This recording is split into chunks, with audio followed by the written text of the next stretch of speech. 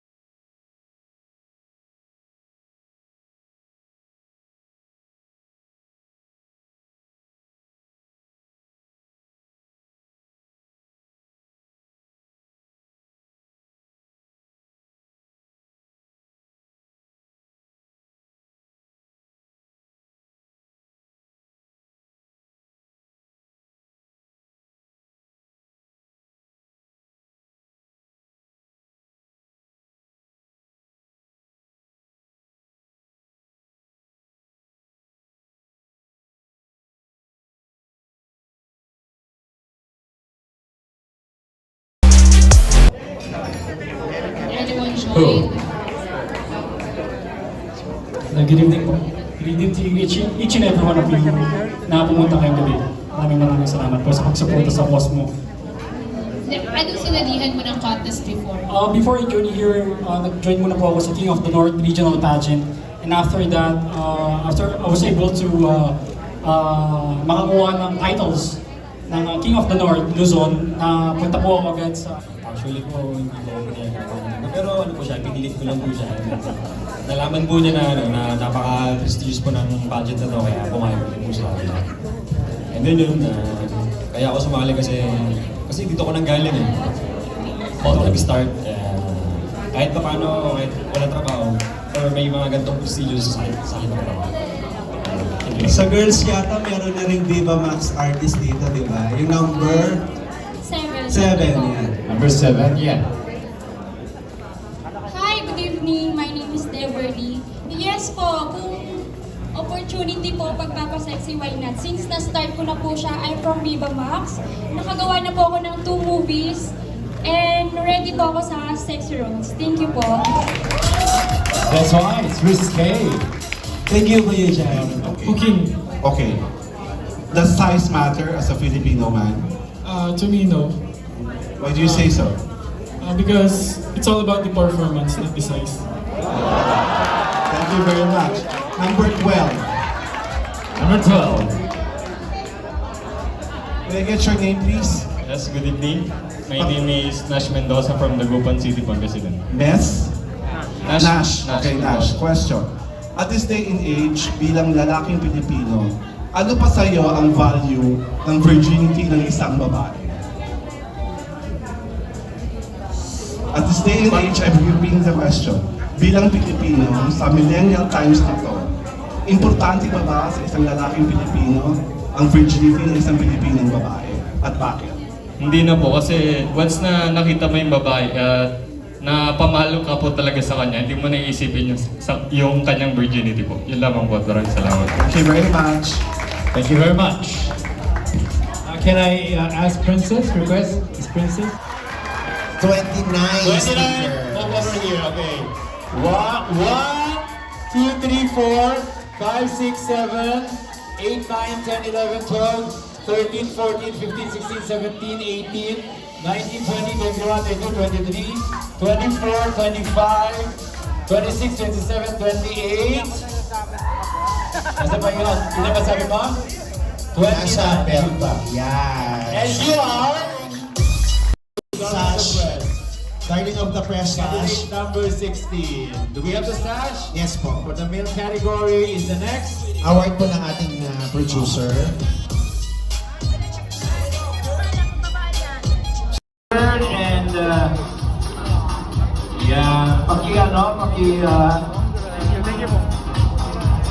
Queenie and congratulations girls, did a good job. Just be back here for, I know that you haven't eaten, you'll have time to eat. Queenie, Ed, Gerald, Jasper, doon naman kayo. Jasper. Ed and Queenie, can I have the